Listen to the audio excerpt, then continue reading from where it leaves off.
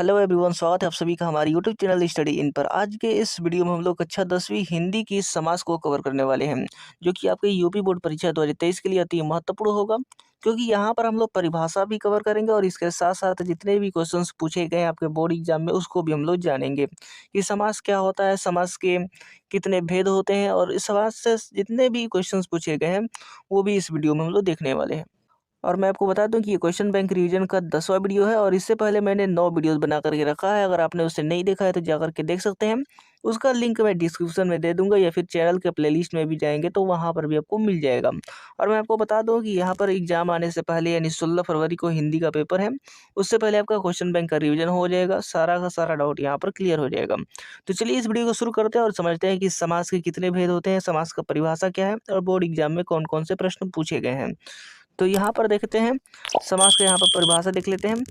यहाँ पर समास का परिभाषा यहाँ पर दिया गया है कि समास क्या होता है। तो समास शब्द का सामान्य अर्थ है संक्षेप। आपको ये याद रखना है, समास शब्द का सामान्य अर्थ होता है संक्षेप। जब दो या दो से अधिक शब्दों के साथ प्रयुक्त परसर्ग का कारक चिन्हों तथा संयोजकों को हटाकर परस्पर संबंध कर दिया जाता है तो उसे समास कहते हैं।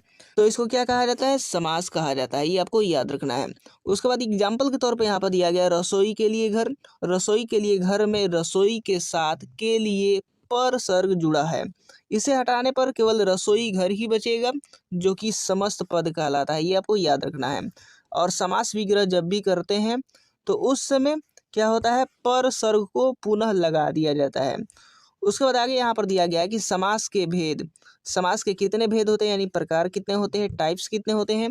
तो 6 टाइप्स के होते हैं। पहला है अव्ययी भाव समास, दूसरा है तत्पुरुष समास, तीसरा है कर्मधारय समास, चौथा है द्विगु समास और पांचवा है द्वंद्व समास और छठा है बहुब्रीहि समास। अब जानते हैं पहला।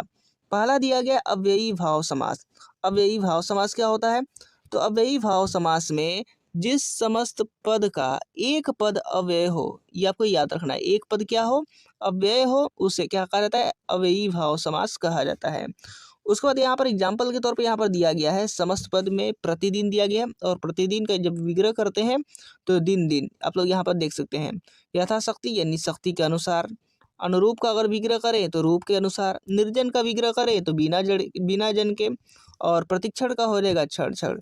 तो आप देख सकते हैं यहाँ पर ये सब के सब अव्ययी भाव समास हैं। उसके बाद अब हम लोग देखते हैं दूसरा समास। दूसरा समास दिया गया है तत्पुरुष समास। तत्पुरुष समास की परिभाषा क्या है और इसके कारक क्या है और इसके चिन्ह क्या है, तो इसलिए हम लोग जान लेते हैं। तत्पुरुष समास की परिभाषा की बात करें तो तत्पुरुष समास में जिस समास का द्वितीय पद प्रधान होता है तथा दोनों पक्षों के बीच कारक चिन्ह का लोप होता है उसे तत्पुरुष समास कहा जाता है। ये आपको याद रखना है। अब बात करते हैं यहाँ पर कितने कारक होते हैं, उसके चिन्ह क्या है। तो जो कारक है यहाँ पर 6 दिया गया है। तो 6 में कौन कौन है? तो कर्म, और कर्म का यहाँ पर दिया गया है को। कर्म का यहाँ पर चिन्ह क्या है? कर्म को। और यहाँ पर करण, करण का यहाँ पर दिया गया है से या फिर के द्वारा। और यहाँ पर दिया गया है संप्रदान, संप्रदान के लिए हो जाएगा के लिए। और इसी तरीके से अपादान तत्पुरुष का दिया गया है से अलग होने के भाव में, यहाँ पर दिया गया है यहाँ पर से। और यहाँ पर दिया गया संबंध, संबंध में का की के हो जाएगा। और उसके बाद यहाँ पर दिया गया है में और पर। अगर सिंपली आपको याद रखना इन 6 कारकों को और चिन्हों को एक साथ आपको याद रखना हो तो कैसे याद रखेंगे? तो जैसे देख सकते हैं यहाँ पर दिया गया है कर्म को करण से के द्वारा, संप्रदान के लिए, अपादान से, संबंध का के की और अधिकरण में पर, ऐसे याद रखेंगे। तो पहला यहाँ पर देखते हैं, पहला यहाँ पर दिया गया है कर्म तत्पुरुष। कर्म तत्पुरुष में क्या चिन्ह आता है? यहाँ पर को आता है।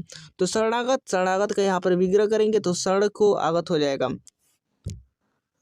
तो अब हम लोग पहला देखते हैं कर्म तत्पुरुष। कर्म तत्पुरुष यहाँ पर दिया गया और इसका जो चिन्ह होता है वो को है। तो यहाँ पर समस्त पद में शरणागत दिया गया और इसका जब विग्रह करेंगे तो शरण को आगत, दिन दत्त का हो जाएगा दीन को दत्त, नभ स्पर्श का हो जाएगा नभ को स्पर्श। उसके बाद दूसरा देखते हैं। दूसरा यहाँ पर दिया गया करण तत्पुरुष। करण तत्पुरुष में से और के द्वारा, ये आपको याद रखना है। ये सभी के सभी चिन्ह होते हैं। तो यहाँ पर देखते हैं, यहाँ पर दिया गया नीति युक्त, नीति युक्त का हो जाएगा नीति से युक्त। वाणाहत, वाणाहत का हो जाएगा वाण द्वारा आहत। शोकाकुल का हो जाएगा शोक से आकुल। नेत्रहीन का हो जाएगा नेत्र से हीन। यहाँ पर देख सकते हैं से और द्वारा यह चिन्ह प्रयोग हुआ है। उसके बाद आगे यहाँ पर दिया गया है संप्रदान तत्पुरुष। संप्रदान तत्पुरुष का यहाँ पर हो सकता है पाठशाला का हो जाएगा पाठ के लिए शाला, सभा मंडप का हो जाएगा सभा के लिए मंडप, सत्याग्रह का हो जाएगा सत्य के लिए आग्रह। ये आपको याद रखना। और यहाँ पर के लिए का प्रयोग हुआ है, यहाँ पर देख सकते हैं जो सर्ग प्रयोग हुआ है के लिए। उसके बाद आगे देखते हैं। उसके बाद चौथा यहाँ पर दिया गया है अपदान तत्पुरुष। अपदान तत्पुरुष का यहाँ पर चिन्ह दिया गया से। और यहाँ पर देखिए यहाँ पर दिया गया है दोष मुक्त, और दोष मुक्त का यहाँ पर विग्रह हो जाएगा दोष से मुक्त, पथ भ्रष्ट का हो जाएगा पथ से भ्रष्ट, देश निकाला से हो जाएगा देश से निकाला, पाप मुक्त का हो जाएगा पाप से मुक्त, और वृक्ष पतित हो जाएगा वृक्ष से पतित। ये आपको याद रखना है, अलग होने का लोप यहाँ पर बताता है। उसके बाद आगे यहाँ पर दिया गया संबंध तत्पुरुष। संबंध में का के की, ठीक है, संबंध में क्या है का के की का यहाँ पर है लोप। तो राजकुमार, राजकुमार का जब विग्रह करेंगे तो राजा का कुमार हो जाएगा। मृगछाला, तो मृगछाला का हो जाएगा मृग की छाला, जल बिंदु का हो जाएगा जल की बिंदु, गौदान का हो जाएगा गौ का दान, लोकनायक का हो जाएगा लोक का नायक। ये आपको याद रखना है।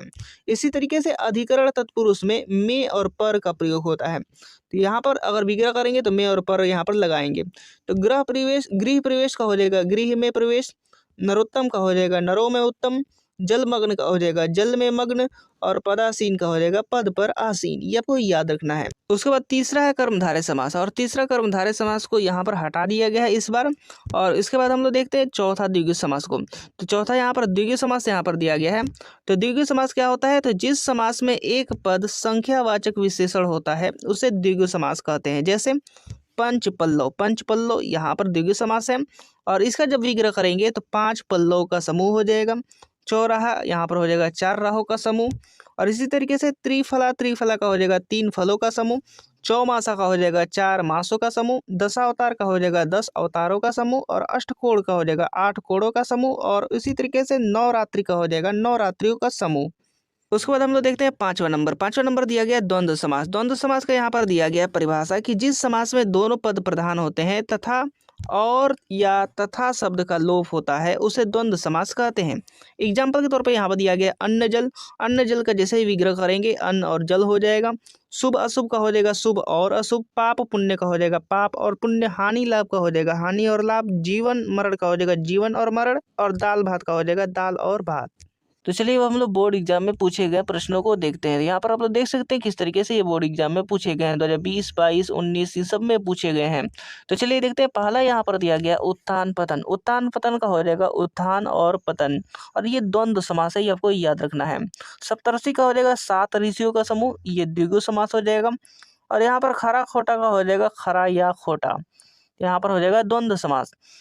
यहाँ पर 9 गृह का दिया गया है 9 ग्रहों का समूह, तो 9 ग्रह का हो जाएगा यहाँ पर द्विगु समास। यथाशक्ति, यथाशक्ति मतलब शक्ति के अनुसार, यह हो जाएगा अव्ययी भाव समास। और इसी तरीके से यहाँ पर दिया गया हर्ष विषाद का हो जाएगा द्वंद्व समास। और इसी तरीके से त्रिलोक, त्रिलोक का हो जाएगा 3 लोकों का समूह, द्विगु समास हो जाएगा। और पाणिपाद का हो जाएगा पाणी और पाद, और पाणी पर पाद का हो जाएगा यहाँ पर द्वंद्व समास। इसी तरीके से त्रिभुवन, त्रिभुवन का हो जाएगा 3 भुवनों का समूह, ये द्विगु समास हो जाएगा। और यहाँ पर शुभाशुभ दिया गया, शुभाशुभ का हो जाएगा शुभ और अशुभ, और इसका हो जाएगा द्वंद्व समास। और इसी तरीके से आना और जाना हो जाएगा, आना जाना का हो जाएगा आना और जाना, और द्वंद्व समास इसे कहेंगे। यहाँ पर देखिए चारपाई दिया गया, चारपाई का हो जाएगा चार पाइयों का समूह, और इसका जो समास हो जाएगा वो द्विगु समास हो जाएगा। इसके बाद दिया गया तिरंगा, तिरंगा का हो जाएगा 3 रंगों का समूह, और द्विगु समास इसका समास हो जाएगा। राजपुरुष का हो जाएगा राजा पुरुष, और इसका समास हो जाएगा तत्पुरुष समास षष्ठी विभक्ति। और यहाँ पर सप्त सिंधु, सप्त सिंधु का हो जाएगा विग्रह 7 सिंधुओं का समूह, और इसका समास हो जाएगा द्विगु समास। इसी तरीके से सत्याग्रह का हो जाएगा सत्याग्रह, और इसका जो समास हो जाएगा चतुर्थी तत्पुरुष समास। और पंचवटी, पंचवटी का समास विग्रह हो जाएगा 5 वृक्षों का समूह, और जो समास होगा वो द्विगु समास हो जाएगा। देश विदेश का हो जाएगा देश और विदेश, और इसका हो जाएगा द्वंद्व समास। इसी तरीके से चौराहा, चौराहा का हो जाएगा 4 रास्तों का स्थान, और ये हो जाएगा द्विगु समास। पाप पुण्य का हो जाएगा पाप और पुण्य, और इसका हो जाएगा द्वंद्व समास। और पंचपात्र का हो जाएगा पांच पात्रों का समूह, ये हो जाएगा द्विगु समास। और जीवन मरण का हो जाएगा जीवन और मरण, और इसका जो समास होगा वो द्वंद्व समास हो जाएगा। इसी तरीके से चौमासा दिया गया, चौमासा का हो जाएगा 4 मास का समूह, ये द्विगु समास होता है। और ये माता पिता मतलब माता और पिता, इसका विग्रह क्या हो जाएगा माता और पिता, और इसका जो समास हो जाएगा द्वंद्व समास हो जाएगा। इसके बाद दिया गया उत्तर दक्षिण का हो जाएगा उत्तर और दक्षिण, और ये समास जो हो जाएगा वो द्वंद्व समास हो जाएगा। दशावतार दिया गया 10 अवतारों का समूह, और इसका जो समास दिया गया द्विगु समास है। गांव शहर, तो गांव और शहर, ये भी द्वंद्व समास है। दिन रात यहाँ पर दिया गया, दिन रात का हो जाएगा दिन और रात, और ये भी द्वंद्व समास है। त्रिफला का हो जाएगा 3 फल वाला, तो 3 फल वाला की द्विगु समास हो जाएगा। और पिता पुत्र का हो जाएगा पिता और पुत्र, और इसका समास हो जाएगा द्वंद्व समास। इसी तरीके से यश अपयश का हो जाएगा यश और अपयश, इसका हो जाएगा समास द्वंद्व समास। सप्ताह का हो जाएगा 7 दिनों का समूह, इसका हो जाएगा द्विगु समास। त्रिकोण का हो जाएगा 3 कोणों वाला, और इसका जो समास होगा वो द्विगु समास होगा। हार जीत का हो जाएगा समास विग्रह हार और जीत, और इसका जो समास होगा वो द्वंद्व समास होगा। तो उम्मीद करता हूँ कि वीडियो आपको पसंद आया होगा, और अभी तक आपने इस चैनल को लाइक नहीं किया है, इस वीडियो को लाइक नहीं किया तो इसको लाइक कर दीजिए। चैनल को सब्सक्राइब नहीं किया तो चैनल को सब्सक्राइब करके बेल आइकन बटन भी दबा दीजिए, ताकि हमारा एक भी वीडियो का नोटिफिकेशन आपसे मिस ना हो सके। तो मिलते हैं अगले वीडियोज़ में।